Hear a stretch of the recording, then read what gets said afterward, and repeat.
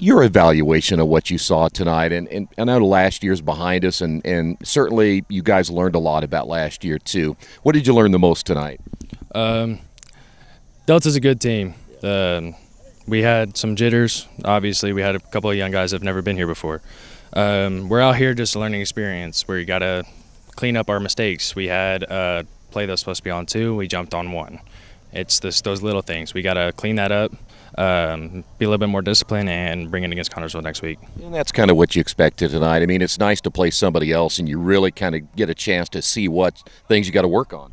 Yeah, so you don't want to go straight into the season with everybody's jitters are high, the tensions are high, everybody's timid. The scrimmage really helps just getting that all out and being able to be a little bit more fluid and not so timid and be a little bit more disciplined. Nobody wants to watch ugly football.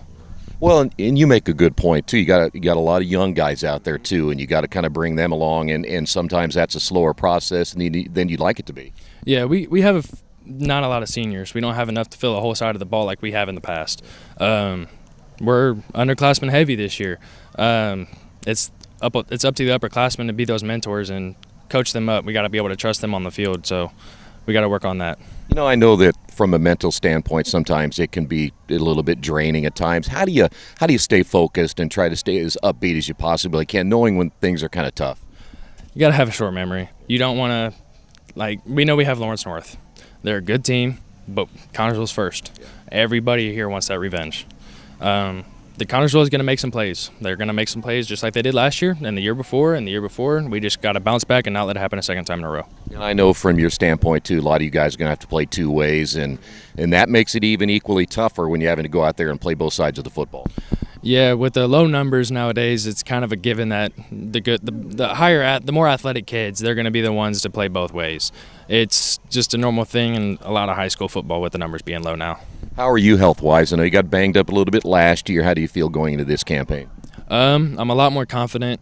I got a little bit better work schedule, so I was here a lot more often, be able to bond with the guys, be able to lift a little bit more, run a little bit more, work on my personal strength, and I've taken a lot into my nutrition, changed up a whole lot of things. I got rid of the old cleats, so I don't have any more ankle injuries.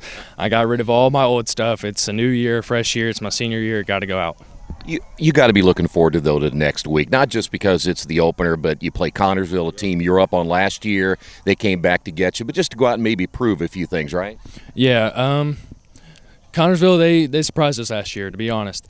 But like I said, they're going to make plays. We got to come back and make the same plays or bigger plays. We have to bounce back, short memory. We have to perfect our craft throughout the week next week because it's blood in the water next week, basically. We have to go out there and we have to show out.